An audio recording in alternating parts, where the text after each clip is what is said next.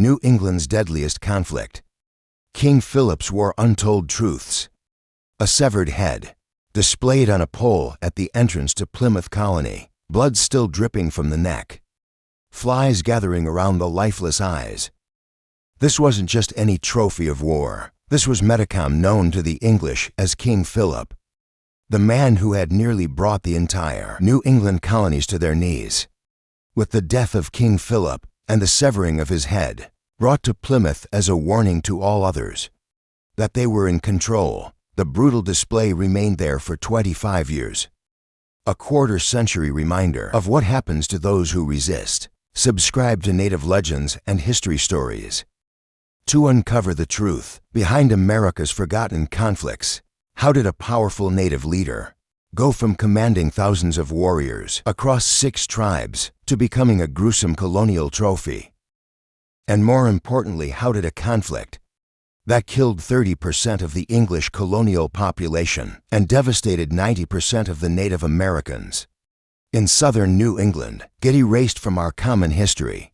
Long before Metacom's head became a colonial trophy, the stage for conflict had been meticulously set, not through a single dramatic event, but through a century of silent devastation and cultural collision. The numbers tell a story more horrific than any battlefield. Native villages once bustling with life stood empty. Hunting grounds once teeming with hunters fell silent. Fishing spots passed down through generations lay abandoned, bodies piled up not from arrows or bullets, but from invisible killers that arrived with the first European ships.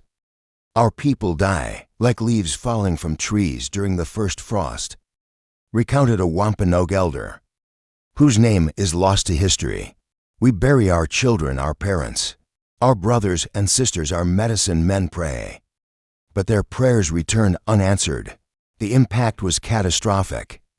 In just 100 years preceding King Philip's War, up to 90% of the native population had been wiped out by European diseases, smallpox, measles, influenza, ailments for which they had no immunity and no defense. Where once stood powerful nations of thousands, now remained mere shadows of communities, weakened not only in numbers, but in their ability to resist what was coming. As native numbers dwindled, English settlements multiplied. The Plymouth colony, established in 1620, had expanded to dozens of settlements by 1675. English farms pushed further inland each year, encroaching on hunting grounds and agricultural lands that had sustained native communities for thousands of years. Governor Josiah Winslow of Plymouth Colony surveyed the expanding territories with satisfaction. God has cleared the lands for our inheritance, he proclaimed to his council in 673. Where the savages once roamed, now stand proper English towns and fields, as the Lord intended. His words reflected a growing colonial attitude that the decimation of native populations was divine providence, clearing the way for English settlement. This philosophy fueled what native leaders came to call the unquenchable hunger of the English for land. By 1675, the strategic coexistence between English settlers and the native population in New England had been stretched to its breaking point. The unyielding English land hunger pressed against increasingly desperate native communities fighting for survival. But the conflict ran deeper than competition for physical space. It was a fundamental collision of worldviews about the very nature of land itself. Captain Thomas Church, who would later become a key military leader against Metacom, recorded a conversation with a Wampanoag sachem. He told me that land cannot be owned any more than the wind or the stars. They believe they can use it, live from it, but not possess it forever as we claim to do. The English concept of land ownership, individual, permanent, exclusive, documented on paper, was utterly foreign to native peoples, who viewed land through a lens of seasonal use, communal rights, and spiritual connection. Native communities typically moved their settlements every 3 to 4 years, allowing the land to recover, a practice incomprehensible to English sensibilities. of permanent occupation. The Wampanoag didn't understand that. They were signing away permanent deeds to land, wrote colonial administrator William Bradford. In his private journals, what they thought was permission to use, we recorded as transfer of ownership in perpetuity. This misunderstanding wasn't merely conceptual. It had practical consequences exploited by colonial authorities. John Easton documented in his accounts that native leaders accused English representatives of deliberately intoxicating sachems during land negotiations, causing them to sign away far more territory than they realized. They make our chiefs drink the strong water until their minds swim like fish in troubled waters, complained one Pokanoket warrior to a Dutch trader in 1906-71. When they can barely stand, papers are brought forth for marking. The next morning, we discover another hunting ground is gone forever. The colonial legal system further entrenched these inequities. Native leaders found themselves entangled in English courts, where proceedings were conducted in a foreign language, operating on foreign principles. That's accumulated often through dubious means, became justification for further land seizures. When Metacom, known to the English as King Philip, became sachem of the Wampanoag after his brother's suspicious death in 1662, he inherited not only leadership, but mounting grievances. The son of Massasoit, who had once aided the struggling Pilgrims during their first winter, now faced a colony that had grown powerful at his people's expense. My father was the first to welcome the English, Metacom reportedly told English officials during a tense 1671 meeting in Taunton. He gave them corn when they were starving. He gave them land when they had none. How have you repaid his kindness? By taking more, always more. Religious tensions further inflamed the situation.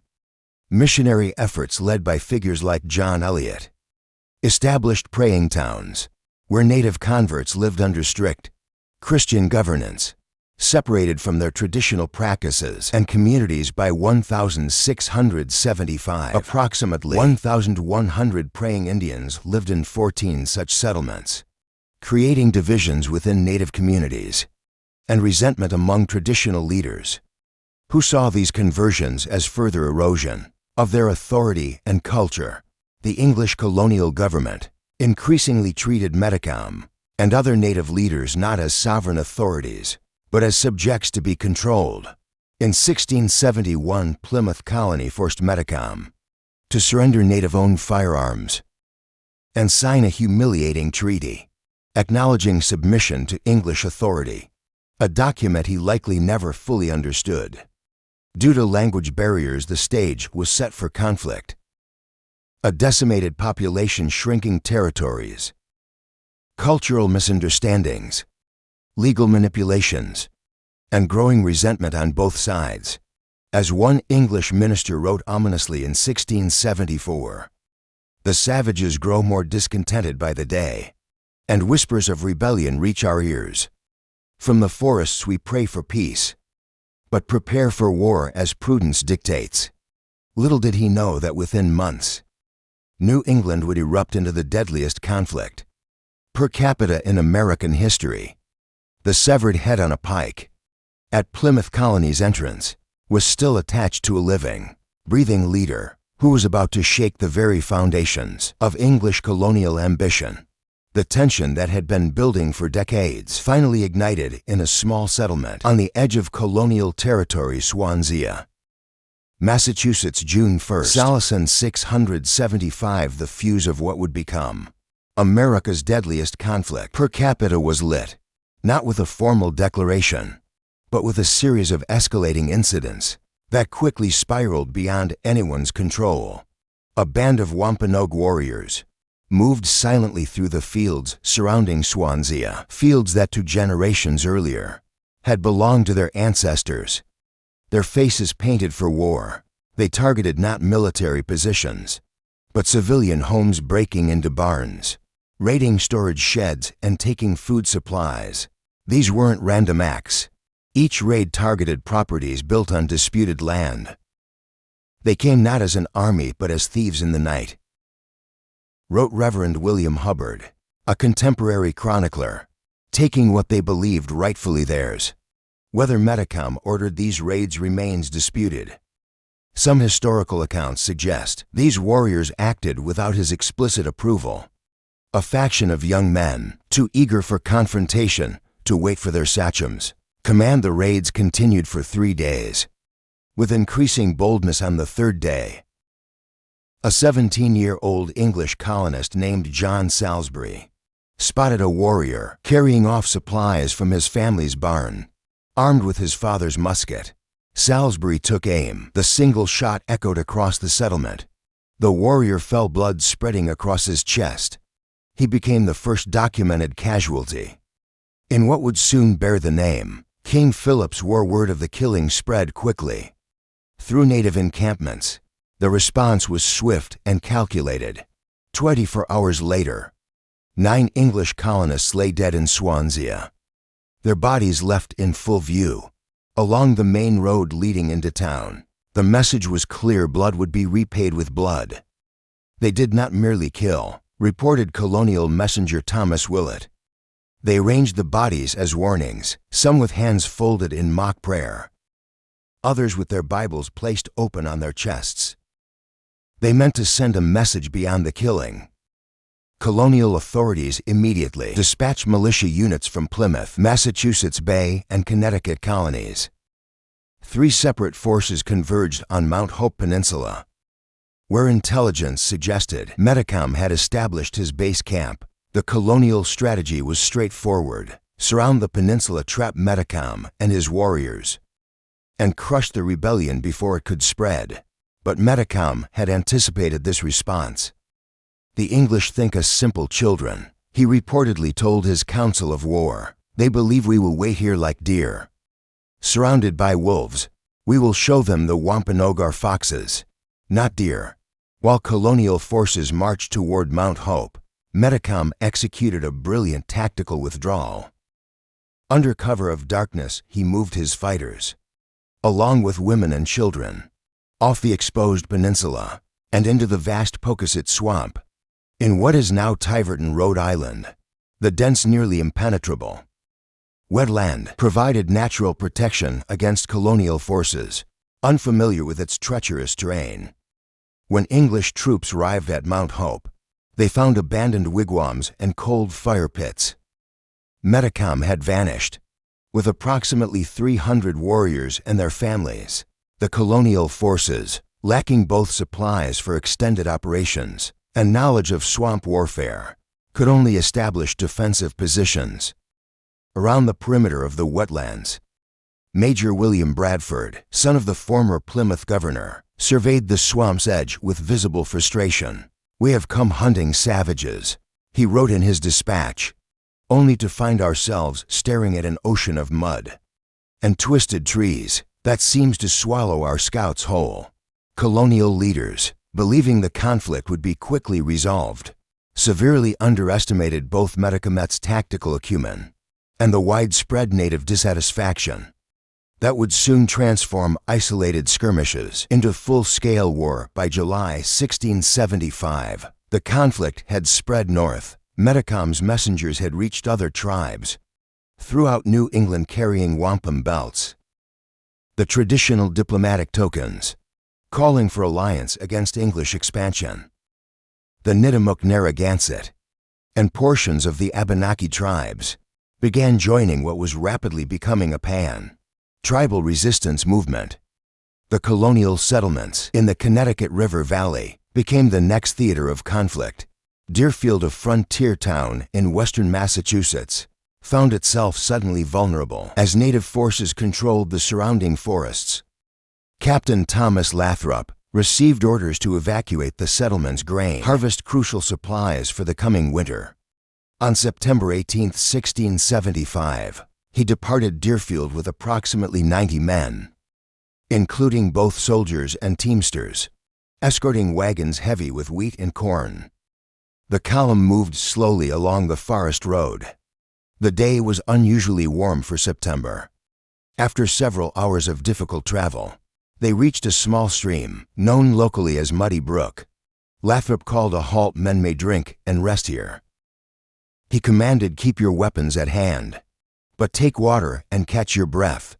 Discipline slackened as soldiers lay down their heavy, matchlock muskets to drink from the cool stream. Wagon drivers unhitched oxen to let them drink. None noticed the hundreds of eyes watching from the dense underbrush that lined both sides of the narrow road.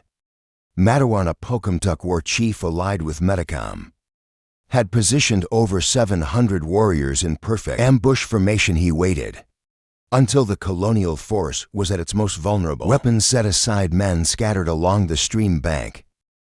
The signal came, a single bird call, followed by complete silence as actual birds fled the impending violence. Within moments, the peaceful brook erupted into chaos. Warriors burst from concealment at point-blank range. The first volley of arrows and musket fire cut down dozens of English.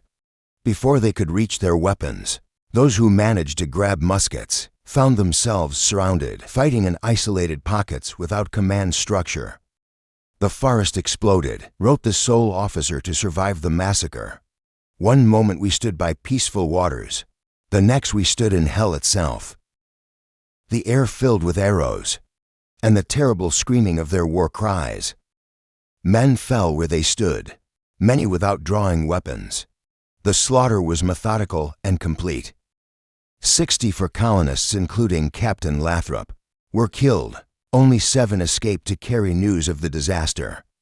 The native force suffered minimal casualties, disappearing back into the forest before reinforcements could arrive. When colonial troops reached the site the following day, they found a scene of unimaginable horror.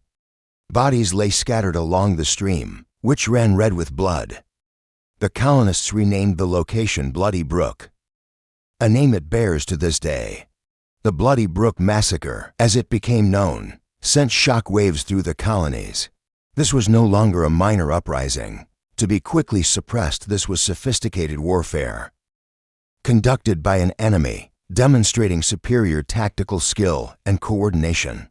While Bloody Brook represented the expanding northern front of the conflict, equally fierce fighting continued in the south. Benjamin Church, who would later become the colony's most effective commander against Metacom, found himself in a desperate situation along the Rhode Island coast in July 1, 675. Church, leading approximately 20 militiamen, had been ambushed by a force of nearly 300 Wampanoag warriors, outnumbered 15-1. Church's men took cover behind a small earthen bank near the water's edge. For 6 hours they fought to maintain their position, as wave after wave of attackers pressed forward. The enemy poured and shot upon us. Church wrote in his subsequent account, the woods echoed with their shouts and yells. We had no shelter, but a small bank and a little waterside hedge. For 6 hours we fought against 300 Indians, with 20 men. Our ammunition ran low, our injuries mounted, and we prepared ourselves to die fighting. As the colonial position deteriorated, salvation appeared offshore. Captain Roger Golding, patrolling the coast in a small sloop, heard the gunfire and cautiously approached. Seeing the desperate situation, Golding maneuvered his vessel close enough to the shore to provide covering fire from the ship's swivel gun. The Lord delivered us through His divine providence. Church recorded, Captain Golding's sloop came within firing range, scattering the savages with grape shot and allowing those of us still standing to escape by boat. The pattern was clear by July's end. Where colonial forces confronted native warriors on equal terms, the English suffered devastating defeats. The traditional European military tactics, mass formations, volley fire, direct assaults, proved catastrophically ineffective against enemies who appeared from nowhere, struck with deadly precision, and vanished back into the landscape they knew intimately. Colonial settlements throughout New England realized they faced not merely a rebellious sachem and his immediate followers, but a sophisticated alliance of multiple tribes, united by a common existential threat. The conflict that began with raids on a single settlement had within weeks transformed into the deadliest war New England had ever experienced. And Metacom, the once respected diplomatic partner of the colonies, had emerged as a brilliant military strategist, whose severed head would eventually become the gruesome trophy displayed at Plymouth Colony's gates. But that fate lay in the future. In the summer of 1675, he remained very much alive, and very much winning the war that would bear his English name. By December 1675, 6 months into the conflict, both sides recognized the war had evolved beyond local skirmishes into something far more devastating. Winter's grip had tightened across New England, with snow blanketing the landscape and temperatures plummeting well below freezing. Most European military commanders would have halted operations. Until spring, the colonial leaders chose differently. The United Colonies, Massachusetts Bay, Plymouth, and Connecticut assembled their largest military force ever. 1,000 men under the command of Governor Josiah Winslow. Of Plymouth, their target was not Metacom's Wampanoag, who remained elusive in the region's vast forests, but the powerful Narragansett tribe. Though the Narragansett had maintained official neutrality in the war's early months, colonial authorities suspected them of sheltering Wampanoag refugees and providing supplies to Metacom's forces. More importantly, the Narragansett controlled prime territory that the colonies had long coveted. On December 16, 1675, the colonial army marched through knee-deep snow toward the Great Swamp in what is now South Kingston, Rhode Island. Intelligence from native allies had revealed the location of Cannon Shays Fort, a heavily fortified Narragansett settlement, constructed specifically for winter protection. Joshua Taft, an English colonist who had gone native and joined the Narragansett, was captured during a reconnaissance mission. Under torture, he revealed a weakness in the fort's defenses. A section of wall still under construction. The stockade stands 18 feet high on 3 sides.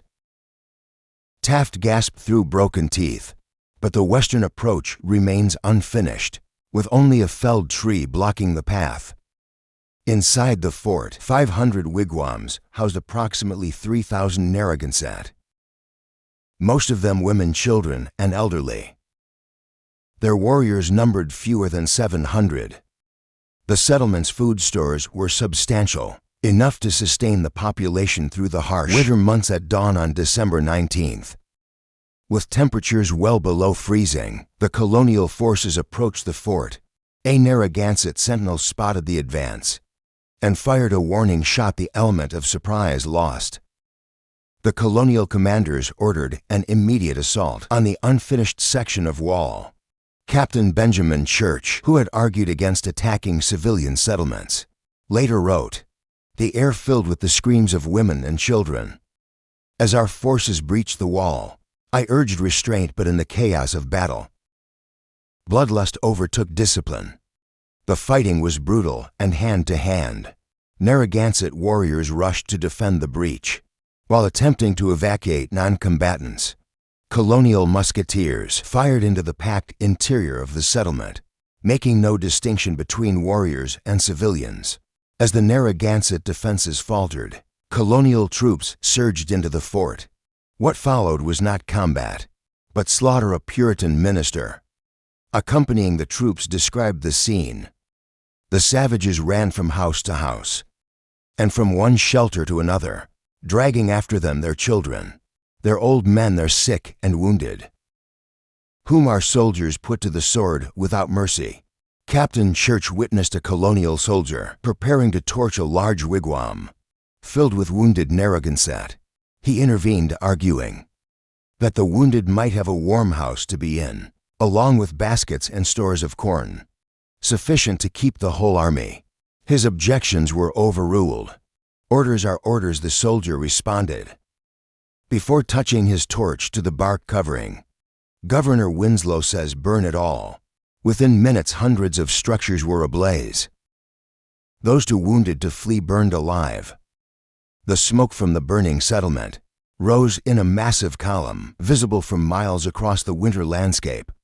By sunset, the Great Swamp fight a name that belies its true nature as a massacre, had claimed up to 1,000 Narragansett lives. Colonial losses totaled about 70 killed and 150 wounded. Canonicus the Narragansett, Sachem escaped with several hundred warriors and their families as they fled into the winter forest.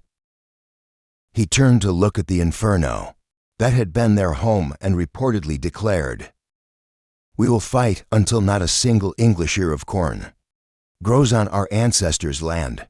The ashes of our children demand it." The Great Swamp Massacre transformed the war. The Narragansett, formerly neutral, now joined Metacom's alliance with full commitment. The conflict spread further across New England, with coordinated attacks striking deeper into colonial territory. By February 1676, Native forces had pushed within 20 miles of Boston. Itself Lancaster, Massachusetts, a frontier settlement of 50 households, awoke on February 10th to war, whoops and gunfire, as a force of 400 warriors overwhelmed its defenses. Joseph Rowlandson, the town's minister, was away seeking military assistance when the attack occurred. His wife Mary huddled with family members and neighbors as warriors surrounded their garrisoned house. "They set our roof ablaze with flaming arrows." Mary later wrote in her captivity narrative, "The smoke blinded us while they battered at our door with hatchets. I clutched my youngest child, Sarah, to my breast as the walls round us splintered." When the attackers breached the house, they killed several defenders immediately. Mary witnessed her brother-in-law fall with a bullet through his throat. Her sister died next. Mary herself was wounded in the side, but managed to keep her 6-year-old daughter close.